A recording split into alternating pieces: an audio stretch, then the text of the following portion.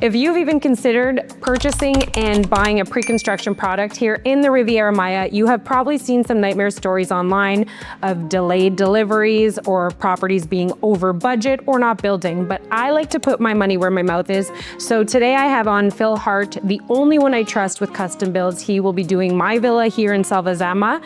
So just watch this video so you can learn more, and you can also learn about how we're gonna save 30 to 40% against a resale property. Okay, Phil is the founder, owner of Heart and Soul Construction. I want to talk to you kind of about, let's take it back 12 years when I think you've been here 12 years? 16 years. Yeah, 16 years. Damn. In the Riviera Maya, yeah. Okay, tell me about how you got here, why you came to the Riviera Maya, how your transition looked. You have a son. Yeah. How it was raising him here. I came here with a suitcase, just one suitcase packed, and I was headhunted by a company doing as a recruiting manager into Mexico. So it was a big risk. It was much different back then, but the journey has been amazing. Having a family here, raising my son here, and jumping into the real estate market as well. So yeah, so you and we met selling real estate years ago here.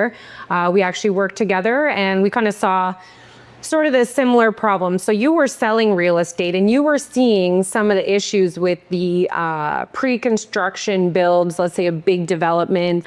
What kind of things did you see that were worrying you? Because I know you, as well as me, ethically, cannot have our clients being, given the runaround by developers that aren't honest or that are super delayed, or any of these issues that we have. yeah, so we'll start with the pre-construction because that's a good point. So when you're in the pre-construction market, what I noticed very quickly is that you weren't speaking to the developer, you were speaking to salespeople. Right. And salespeople aren't bad, I'm not saying that. If you're speaking to the salespeople, then it's a very yes market. You can have this and the world is your oyster. So what I found very quickly with that is that a lot of the promises didn't come true as much as with late deliveries, and there's the term success by 1,000 cuts. Well, it's also death by 1,000 cuts. Mm-hmm. So the way to look at it was, in the pre-construction market, when you're dealing with a faceless developer, well, then you're a faceless client. And so the goal is to make as many cuts as they can. And if you look at renders, and that's your driving force to purchase, was based on what the renders look like. A lot of the materials that are in the renders are poor quality, but look great. And it's not all developers. There's some great inventory in Tulum and Riviera Maya, but that was starting to irk me a little bit, is the unknown, is having the faceless developer. In the resale market, the concern that I saw was, as when you're hauling somebody around and showing them 1,000 options, they're just looking for that perfect space that speaks to them. And it's always one little thing off, where they love the location, they love the community, and they're checking all the boxes, but they didn't like the kitchen, or they didn't like the colors, or they didn't like something about it. And they keep looking and keep looking and keep looking. And so seeing this happening year after year after year, I was just, and also being in the process of building my own house, I realized that if you can dream it, you can do it. From concept of something that's in somebody's head that's very particular, starting with, one of the biggest things is finding the right community. A lot of people don't realize that they might find the perfect house, but it's not in the right community. And the communities here are very eclectic. Right. Like, let's give a lowdown of let's go from Playa del Carmen down, what our communities are and what the vibe is for the communities. Yeah. Yeah, that's great. Okay, so Tulum is a new market, so it's kind of it's not fully there yet. The infrastructure is a little bit behind. The wellness communities, there's huge groups of people that do a lot of active things here. It's not as party as you think. Yeah. And then on the other side of that, it has the tourism side, which the tourism is all the partiers, right? Right. So the people that live in Tulum have this very health conscious, holistic lifestyle. Yes. They love to be a part of nature, and we design that way. It's more boho designs, using the land to kind of to spark what your ideas of how you design the home there. Mm-hmm. So it's a different market. And as you go further down, you have a town called Ocamel, and Ocamel is another up and coming beach community. And there's a lot of older properties there on the beach and that sort of thing. And the prices obviously get a little bit higher when you get in close to the beach. And then you have somewhere like Puerto Venturas, which is a marina that is very red tile roofs, younger expat community. So there's a lot of people that go there. Great for short-term rentals and long-term rentals. It's a really growing market. And it's a gated community and has all of the bells and whistles that you look for, schools and restaurants and shops and that sort of thing. It's very much gated. Puerto Aventuras is like the gated, you know, it takes a bit to get in. Your kid goes to school. He goes to school there. In Puerto Aventuras. I don't live there, but... Great school. Yep. I think the other thing there is Puerto Adventurous people, and if they're watching this, no offense, they love to stay in Puerto Adventurous. Yes. If not everything. Yep. All in like nice sidewalks. You have everything. You have your boat on a slip. Yeah. You have... It's more, I would call it a community of the feeling of home. Meaning that it's very North American, and if somebody's looking for more of an authentic Mexican community with like culture and nature, maybe that's not the one. This is not it. This gives a little bit, dare I say, Florida, dare I say, Texas. 100%. Yeah. 100%. Palm Beach, golf carts, you know, you'll see many people, you know, bombing down the road with their Tommy Bahama shirt undone with a Corona in their hand at noon. It's totally normal. Yeah. That's the lifestyle there. And then, of course, there's Pamul, which is close to my heart. That's where I live. Yeah. And Pamul is a very bohemic, small community on the beach. There's no matter where you are in the community, you're always a 2-minute walk to, and it's got its own beach club reef there. So that's my favorite because it's a little bit more Mexican vibe. I want to touch on, while we work our way up the coast, about the history of Pamul. Now, Pamul, Phil is doing a ton of the builds in there because they were not all villas. There's no condos in there. So what was Pamul? Let's give them like that guide from the 70s. The elevator pitch of Pamul. Okay. Yeah. Pamul's been in the same family for 4 generations. The whole bay is privately owned. It's an application-only residence, which I also like because you know your neighbors. If somebody wants to live there, they have to apply and reach certain criteria.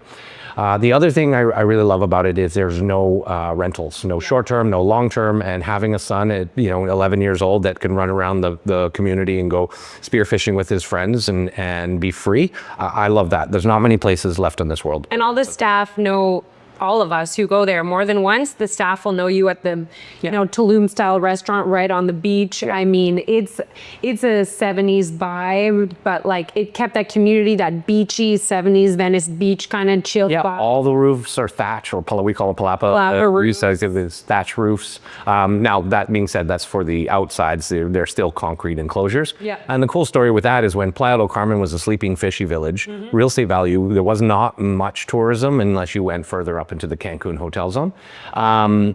So the family decided to put it as a trailer park, and a lot of really almost I want to call them baby boomer hippies took their trailers from North America, Canada, and the US and parked them, and then they built palapas around them, and they'd have weekend parties at everybody's places, and then they would leave it for the summer.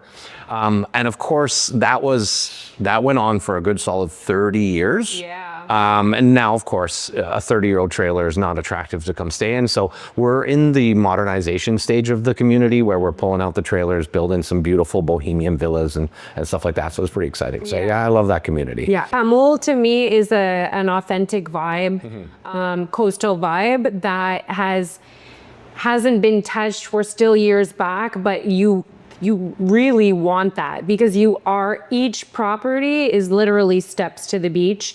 And you guys are bringing in some cool things into there. You're totally making it modernized while maintaining that sandy, beachy community vibe. Yeah, so we just formed actually the architectural committee, which I'm on, and master planning the rest of the next generations of what that community is going to look like. And yeah. Also, if anybody watching this is interested in learning more about Pamul, please comment below or send me an email so I can get all the details off to you, because it is a hidden gem in the Riviera Maya. And then now we work our way up, we're hitting Playa del Carmen. Yeah, and Playa del Carmen is also, I've got a few projects in there that I'm building for clients, and Playa del Carmen is beautiful in its own as well. There's some great gated communities in there with world-class amenities, Olympic pools, giant gyms close to town.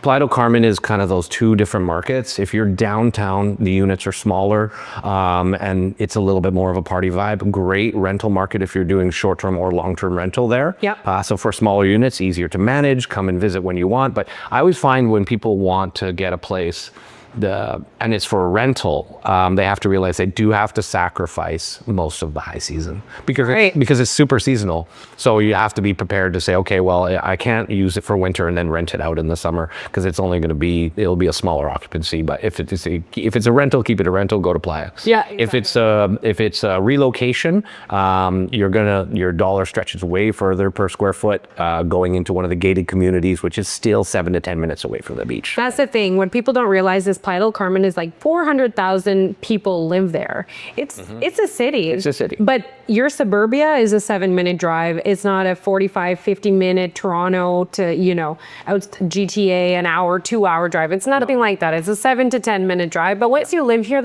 sometimes it feels longer.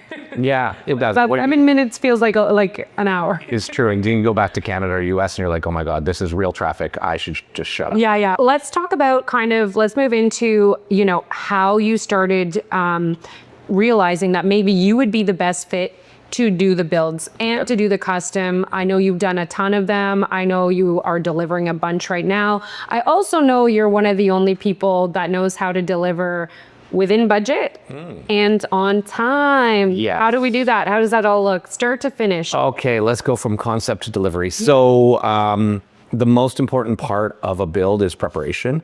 It's a competitive market. And as I said, culturally in sales in Mexico, they love the word yes. Yeah. You can do anything, and so really, the first stage I really like to do is get to know the family.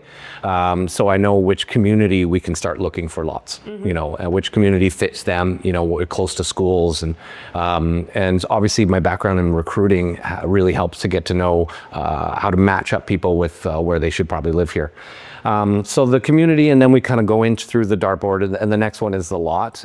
Basically the lot is very important. You can have a design for a house in mind, but it's all about wind directions. Do you like morning suns by your pool, or do you like more afternoon something? All of this plays a role. Yeah. Because the land and the house, once it's delivered, have to fuse together that way. 100%. This is where we kind of work together a bunch on this. Like, we'll have group chats with our clients. So he's doing the build, but we're like, I'm checking in, like, does this work? Will this work for this design? Like, how does this flow? And so it is super important, as well as obviously the neighborhood fitting the family. Yeah, that's the first one.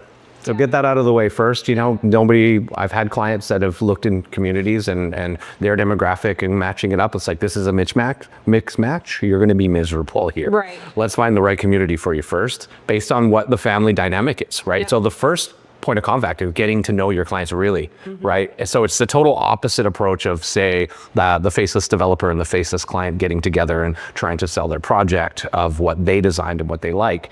It's about getting to know the clients, their needs, because then you get into the actual design.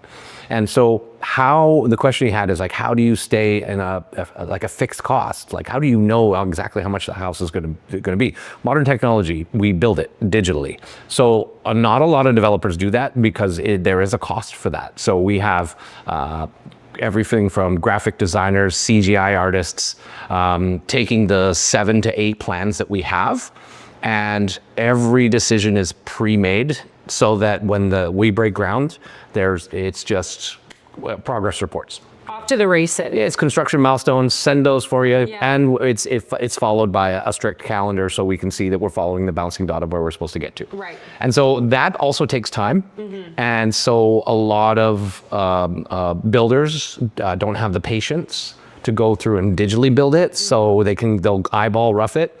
And so what you find yourself running into is the history of, or the rumors, or we'll call it just even some partial truths of late deliveries and coming in over budget is under preparation. 100%. So like, for example, you have an architect that, a main architect for each project, and then you have civil engineers, you have electrical engineers that will do the electric plan only. So it's just one plan that he focuses on.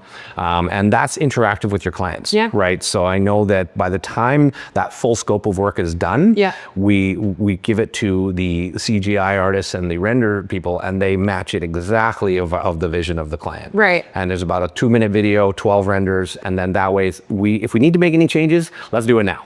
And that's another thing that we should touch on is that I've seen Phil do this where, a client will take a bit of time, or they might take a month, 2 months hemming and hawing. Well, now the budget could be adjusting because of materials, labor, you name it. The price of things changes. So it is very important to let clients know upfront, like, the longer we take at deciding things, we have to readjust budgets. Yeah, that's the reality. Is that we're in a market that does have, with Tulum boom, with a thriving market. So, and of course with the world politics of tariffs and stuff like that, these things can change. Of course, we try to outsource everything. Internally, so within Mexico, all of our materials local, as much as humanly possible, unless there's an Italian countertop that is a must-have. So the budget is the last thing to do, and the budget is once that's done, you're right. We have to be now prepared to start making motions.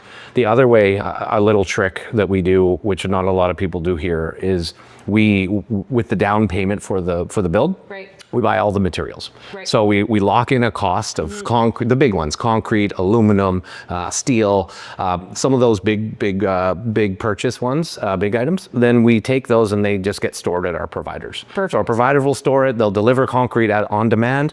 And then lastly, of course, we lock in with the finishes as well. So that's the first way, because really a build is, just to simplify it, because it sounds very complicated with all these plans and everything, a build is really just basically a client's vision.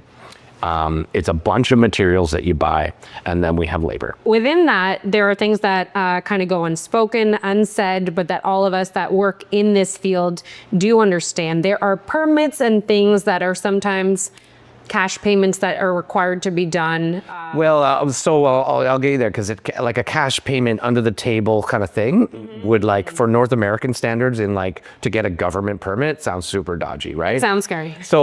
So there's expediting fees that you can pay. So an expediting fee is, we have what's called a gestor, which is basically like a municipality broker. And they go to the municipality every day. They get to know all the staff and the people that are working there. Yeah. And it's also they do that in immigration as well. Yeah. Here, right? And the gestor can go in and negotiate through an expediting fee to fast track your permits on the top of the pile if you're in a hurry. Okay, so now that, let's say I have a client, we're gonna meet with you to discuss, we know that they wanna do either a custom build or one that you've already kind of, what are they called again? The prefab? A spec home. A spec home. Yeah. So you have the spec home option also. Yeah, I do. But so we did, out of our portfolio of properties that we've built, we've collectively, our team has done about 90 homes in about 8 years. We currently have 23 projects that are being built currently. And out of all of those, one of them is a spec home. Okay, so we don't even care about that. Well, the thing was, this is what's a funny story about my spec home, is it was a beautiful design. Be real, show it now. It was a beautiful design, and clients loved it. Yeah. But even though they loved it, when they knew that our primary background and our specialty is custom builds, is coming up with something new, not just designing it and this is it, like it or not. Yeah. We sold 2 of them. Yeah. And both of them, they completely changed anyway. To custom. We went full. We went semi-custom. So that's to go for a spec home. We can go with, like, if I have clients that really love a home, but they're like, let's start from here. I like the footprint of the L shape with the pool in the middle, kind of gives it a very open, modern feel. And they want to start with a house, and then they'll see some houses in my portfolio and say, I like that one. Yeah. I won't rebuild the exact same house ever twice. Right.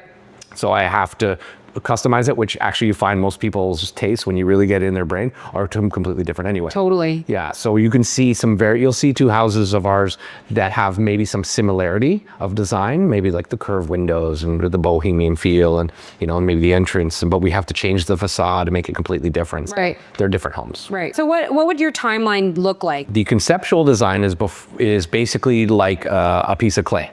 Yeah. And so we meet, whether it's through Zoom or in person, and we start to just get, as you're speaking, we start to mold the clay. Right. And mold the clay and mold. And then we'll go back and we'll say, okay, see you next week, same time, same channel, and we'll come back and present. Right. Then the present is, I like that, but maybe let's tweak this a little bit. And so that process, I say, takes as long as it takes. You know, some clients, they know exactly what they want. Right. And like we can actually nail it in normally, which is really good, in 2 Zooms. Or they dump their ideas on you, you come up with something, and like someone like me I'm not creative like that is like, oh yeah, that looks good. Let's go with it. Yeah, I mean, people that are like, don't have the kind of, I don't know what I want, you know, we encourage, obviously, a lot of Pinterest, WhatsApp photos get sent to me, right? Yeah. And so the key is just to know, like, okay, what do you like about that photo? What do we love? What in there did really stood out to you when we just start plucking little things out of those? Like a large island, or you know, it's funny, not to interrupt you, but it's a lot of times it's not like it's the way it's going to make them feel or how they're going to use it versus the logistics of it. Of course. Because it's, you know, if you have a family with 2 kids and elderly parents that are going to come visit, well, naturally then we'll do things like we'll do a second, kind of almost second master downstairs for your parents, so they don't have to climb the stairs. Put that close to the bathroom, close to the kitchen. And when they're not there, you can kind of use it as your chill room. And that comes from you as being so experienced as like in real estate, like things to us that just seem like it pops in our head, and that's just the knowing of it. A lot of people can't foresee those things, so it's kind of good to use your experience that you have so that you can drop in these things that you just know intuitively. Yeah, family dynamics, retirees versus young family. You do need young dude who wants like a batch pad at the ocean, like you know, like different vibes. You've lived them all. Party palaces. We've lived all of them. I've lived all of them, and and I've also built all of them. But you're right. Yeah. And some things are just common sense. You know, like some things, you know, side tables are standard height, fridges are standard size. So you know you're going to put, you know, for example, the height of the plugs beside the bed. You know, things that you know they're common sense. You don't have to ask for those things. Right. Right. There's some specialty things people ask for, but no, for the most part, I think when it comes down to the customization and the molding of it and the timeline, which is kind of the main point, once we get there, it could take 2 weeks, it could take 2 months. Then a lot of the back work that we do is we take the architectural plan that they approve, and the first thing we do is we go right to actual renders, because we can change tonalities and they can see the room. We also do a 3D walkthroughs, so we can take the roof off and look at the space, and they can start moving stuff around there, so they get a really good look and feel for the house digitally. And that's a game changer to have even to have the render videos, because what's so important for people is that you are really working with people that 95% do not live here or will come down for a vacation. So like to have the ability to walk through it on your own time in your living room on your screen really gives you the feel of being there and knowing, what do I want to feel when I'm back down in Mexico? No, exactly. No surprises. You know, building has to be a celebratory process for the buyer and for builders. We're the shields that will take on all, like, when materials don't show up or it's piss and rain, when you scheduled to pour a roof concrete and now it's raining and you're like, you shield them. We take care of it. We take all the bullets, and then you're the filter. We're the filter. Exactly. And the way it is, and every client, before we put a single shovel in the ground, knows exactly how much it's going to cost. That's a big one with the budget, but also knows every inch of their house already. So there's no surprises. There's no, why is there a wall here kind of stuff, you know, or I didn't like that window or that choice. I have clients that are so picky, which is great, that came down before we even decide. We did suggestions of materials from our providers based on what they wanted in colors and looks and feel. But they came down, we went right to the provider, and she wanted to touch every tile that we were using. She wanted to feel all of the samples of the polished concrete. She wanted to see and turn on the sinks in the showroom. Like, just totally okay. Totally okay. And then other people are like, as long as it looks exactly like that render, I'm cool. And is built well. I guess I want to know what kind of differentiates you and your system, that you do have the ability to run it smoothly and efficiently from, let's say, someone else here. Okay, so that's about like any good organization that is doing something different from the competition, is able to be more competitive price-wise for them, has everything to do with the team that's surrounding you. Yeah. Right. I have a really, really good team. Talk to me about the construction team real quickly. Let's dabble that. Okay, so I've got 5 architects with different styles, and sometimes we get together and we call it problem solving, where it's like, okay, this is what the client wants. Here's our space. How do we achieve it? Right. And then, so they'll Five different brains. Yeah, there's different brains. They come in with different options and ideas, and they'll like that, and like that, and then we present to them. Yeah. So there's a lot of work in backloaded that way. And I like to add that it is really a bit of a family business, because your partner, she is one of the architects, and she does stunning work. So like it is really a family. Love is put into the creativity and the creation. Yeah, no, 100%. Yeah. And I find that when it gets to kind of more like down the road of the design stage, where we're picking out materials and stuff, I've spent so much conversations with my clients that I really get to know the family dynamics and know kind of how to match them, which helps. And then also having an eclectic group, right? So I have architects that specialize in modern homes and angles, and I have engineers that have been down building homes in here. My structural engineer has been doing it down here for 25 years. And he's from Cancun or something. No, he does like he does all of the coastline, right? So the difference of foundation strategies of a house that's on the beach that is nothing but sand all the way down until you hit a cenote or limestone, Exactly. So those are the things that I think are very important, because obviously structurally and the quality is there, but then having a very eclectic crew of different visions coming together to build a space. So totally. It's a good team. And system wise, how do you feel your systems are for budgeting? So I'll give you an example. Like my electrical engineer designs the plan. Okay, and so it'll say this. You'll have a plan with the same space, but each swipe of the screen will be the same space with a little icon. Right. And so it's a little map of what the icons are. The legend. Thank you. Yes. Iconic. 48. And so then that way they've already calculated how much wire they need for it, how much, everything. And they have space. In your calculations there, you guys leave room for miscellaneous, because a lot of people who do custom builds will be competing for the clients, and they'll, yes, we can do this for that low price, but in the end, you're way over budget. That's the challenge. So if you don't do it the way we do it, the only way to protect yourselves, because contractually anything over the budget is our responsibility. So if we go over budget, let's repeat that. Anything over the budget is their responsibility. Yeah, that's in our on repeat. Then the other one is we have an agreed upon time. We do have to have a little bit of cushion. Like we say, okay, we can build this in 7 months. Right. We'll put in contractually 9, because we're in a very tropical, crazy weather, where if a hurricane comes and that sort of thing, we're shut down. Yeah. So that just happens. That's normal. Yeah. So basically when it comes down to being on time, how we do it is just build it first.